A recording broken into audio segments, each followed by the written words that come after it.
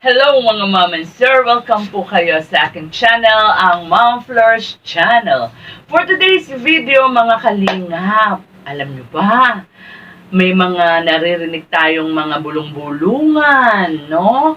Sa ating mga bubuwit. Bubuwit, nakarating na pala sa kalingap ang bubuwit. Sa kanilang mga chika-chika. Mga nababasa ko, no? Na di umano, isa na namang Kalingap Angel daw ang napipintong umalis sa Kalingap. Totoo ba yan? Well, bago natin alamin kung sino yan, syempre po mga Kalingap, ako po'y maglalambing na kung hindi pa po kayo nakaka-subscribe sa aking munting channel, pakisubscribe po at pakilike naman po ang video na ito kung nagustuhan niyo po ang ating kwentuhan. At syempre po, patuloy din po ang pagsuporta natin sa ama ng Kalingap, Kuya Val Santos Matubang, Kalingap Rob, Ate Edna Vlog, at sa lahat po ng mga charity vloggers na totoong may puso at paglingap sa mga kababayan nating naghihirap. Ayan. So, mga kalingap, balikan po natin yung ating kwentuhan tungkol sa di umano'y isang Kalingap Angel na naman daw ang tipong parang nangangamoy paglisan sa Kalingap. Siguro po may idea na kayo kung sino yung tinutukoy ko kasi kabi-kabila naman ang mga reaksyon tungkol dito sa magandang binibini na ito. Ang tinutukoy ko, di umano lang naman po, no? Wala pang kumpirmasyon. Mga haka-haka lang ay si Baby Carla. Ayan, si Baby Carla daw. At ang mga batayan nila ay, ang mga sabi-sabi, dahil si Carla daw ay may pagdirekta na rin, ano, na kumbaga yung sponsor niya ay dumediretso na sa kanya. Lalo na particular sa kanyang mahal na ina. So, yun naman po ay mga sabi-sabi or mga nangangamba ang nakakaalam nun. Kasi alam naman po natin, di ba, ang records ng mga beneficiary ng Kalingap, no, especially kay Kalingap Rob, kasi mga trending talaga yan, no? Talagang uso wakwak, nawawakwak ang mga pinagpaguran ni Kalingap Rob. So, una na nga dyan, di ba, panahon pa ni Maylene, di ba? Sino ba makakalimot kay Maylene? Ang ayos-ayos na katayuan niya tsaka ng kanyang mga anak kay Kalingap Rob, ayun, nasilaw sa pangako ng may sponsors, nasa na siya. Di ba? Si Jimel, montik na rin yan, mabuti na lamang, ipinaglaban siya ng kanyang ina na si Melissa, na si Melissa ay, di ba, nananatiling Kalingap. So, nag-grant ng DSWD na dapat si Jimel ay nasa kandili ng kanyang ina. So, sino pa? Nako, si Erica. Di po ba nasira ang magandang relasyon ni Erica sa Kalingap dahil nga po si sponsor. Ganon din si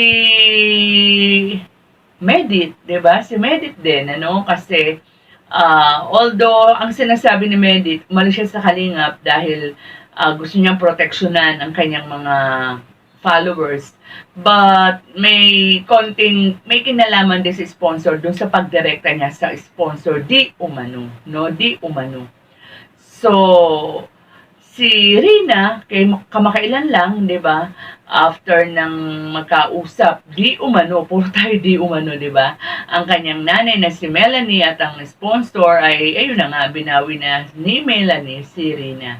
At ito nga, mayroong mga alingas-ngas nga na nagsasabing ang mother nga raw ni Carla ay talagang nakikipag-usap na ng direkta sa sponsors. But, actually, yan namang mga sabi-sabi na yan ay nilinaw naman ni Kalingap Rob sa kanyang live. Sabi niya, wala naman daw problema kung ang mga beneficiary ay may nakakausap na direkta sa sponsor, di ba?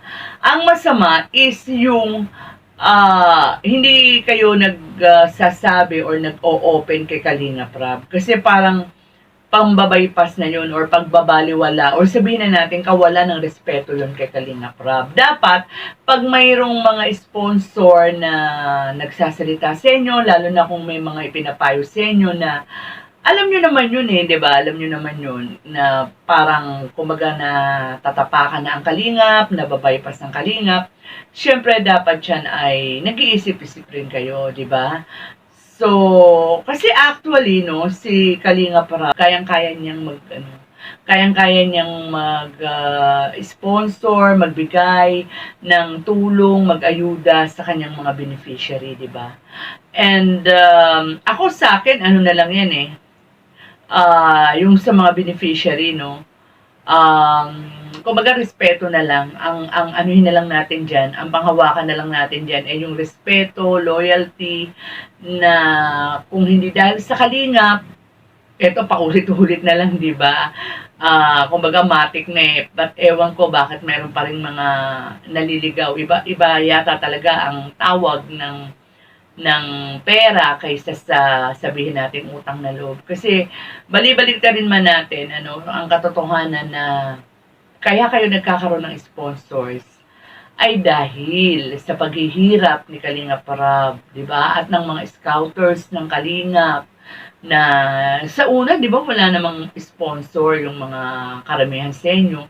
Talagang sa sariling kita ni Rab yan sa YouTube niya.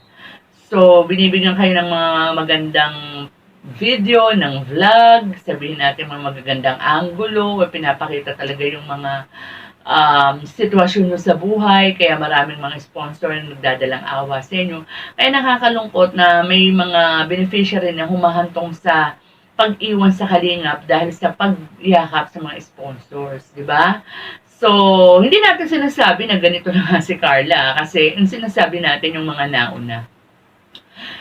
Kasi maraming mga nagpapalagay na ganito si Carla kasi nga, na magiging ganun din daw si Carla kasi nga, isa raw na, simula na raw yung hindi pagpunta ni Carla doon sa ALM Grand Ball, no? Kasi that day lang daw nagpaalam kay Kalinga Prab na hindi makakapunta si Carla, no? But, hindi naman, ako, no, ewan ko, ang tingin ko kay Carla, mamabuting bata naman niya, mabait na bata naman, di ba? Tsaka, hindi na siguro aanuhin pa yan, hahanga din ni Carla, kasi meron na siyang magandang bahay, napapag-aral siya ni Kalinga Prab, di ba? Beneficiary siya ni Kalinga Prab, at saka may mga totoo at mabubuting puso talaga na walang bahid na pang kung ano pa mang balak na masama na may mga sponsor naman siya talaga na genuine talaga, no? Yung sinasabi nga ni Kuya Bal na organic sponsor. Carla, at saka yung mga iba pa dyan na maraming sponsors, isipin nyo huwag kayong matutukso dyan, especially yung mga parents o mga guardians nila. Isipin nyo po nasa magandang lagay na kayo, di ba? So, huwag niyo ipagpalit yung mga promises ng mga sponsors na yan. Lalo-lalo na, isip-isipin niyo kapag may mga bulong o udyok sa inyo na iwanan mo na ang kalingap, mag-solo ka na, mag-vlog ka na lang, di ba? Kasi iba pa rin yung, yung tinatawag nating loyalty, iba pa rin yung utang na loob. As long as hindi naman kayo naaagrabyado dyan, at wala naman talagang pang-aapin na nangyayari, bakit naman kinakailangang umalis sa kalingap, di ba? So, ayun lang, no? Ayun lang aking masasabi dyan. At, syempre, marami ng ngayon pa lang, no? Balita pa lang naman yan. Marami ng mga Jomcar ang nalulungkot, di ba? At talagang mag-iiyakan yan. Kung halimbawa totoo yan. Pero, sabi nga ni Kalinga Prab, Jomcar, ha? Team John Carl, sabi ni Kalinga Prab, hindi daw big deal yung hindi pagsipot ni Carla doon sa ball kasi nga nagkasakit. Kasi ayan ang maganda kay Kalinga Prab, hindi ba siya yung tipo ng kumbaga manunumbat sa tulong na ibinigay niya. At hindi rin siya yung hindi kanya hahawakan sa leeg. Kung ayaw mo, wala tayong magagawa. Kasi siya ang sinusunod niya, beneficiary. Hindi niya ipapangalandakan o ipamumukha sa'yo na may utang na loob ka sa akin, kung di dahil sa akin, hindi ka makikilala ng sponsor, di ba? Wala siyang ganun. Wala tayong maririnig na ganun. Siyempre, sasamaan loob niyan, pero hindi niya ipapakita, di ba? A very true gentleman. Sabi nga ng marami, si Kerab walang masamang tinapay. Nasa iyo na lang yan kung ano yung gaganti mo, Kerab. Nasa inyo na lang yan kung ano yung gaganti mo, Kerab. So, yung sabi naman ng iba, no, yung mga reaksyon naman nila dun sa live ni Kalinga Prab, yung sinasabi ni Kalinga Prab na wala namang problema sa John Carl, okay naman si Carla. Sabi ng mga iba, narinig na namin dati yung kay Medit eh. Sabi hindi mabubuwag ang dandit, patuloy pa rin may dandit, pero ilang araw lang, ayun, nag last day na, naghuling vlog na sa dandit, no? Kumbaga sabi raw nila kung may usok, ano, tama, kung may usok, may apoy. Tama ba yun? Kung walang usok, walang apoy. Ayun, nako. Sige. Nakakalimutan na natin yung mga salawik. Nakakalimutan ko na yung mga salawikain natin, ano. So, ganyan lang. Pero ano tayo, no, Team John Carl, tiwala tayo kay Carla na hindi siya matutulad sa mga ibang Kalingap Angel. Ako personally, ang tingin ko kay Carla naman, mabuting bata naman, mabait naman talaga yan, at hindi pa rin nagbabago yan. Ewan lang natin doon sa mga nakapaligid sa kanya. Kasi syempre nga mabait na bata, makapamilya, mabuting anak, hindi na lang natin malalaman yan. Basta, siguro, anong bang masasabi natin dito? Parang basta ako naniniwala. Ito na lang sa aking opinion na basta ako naniniwala na hindi magagawa ni Carla na iwanan ang Kalingap. 'Di ba, Carla? One Kalingap, one family. So, with that, mga Kalingap, hanggang dito na lamang ang ating munting kwentuhan. Mag-ingat po tayong lahat, and God bless. Ang pagtulong nyo ay inspirasyon.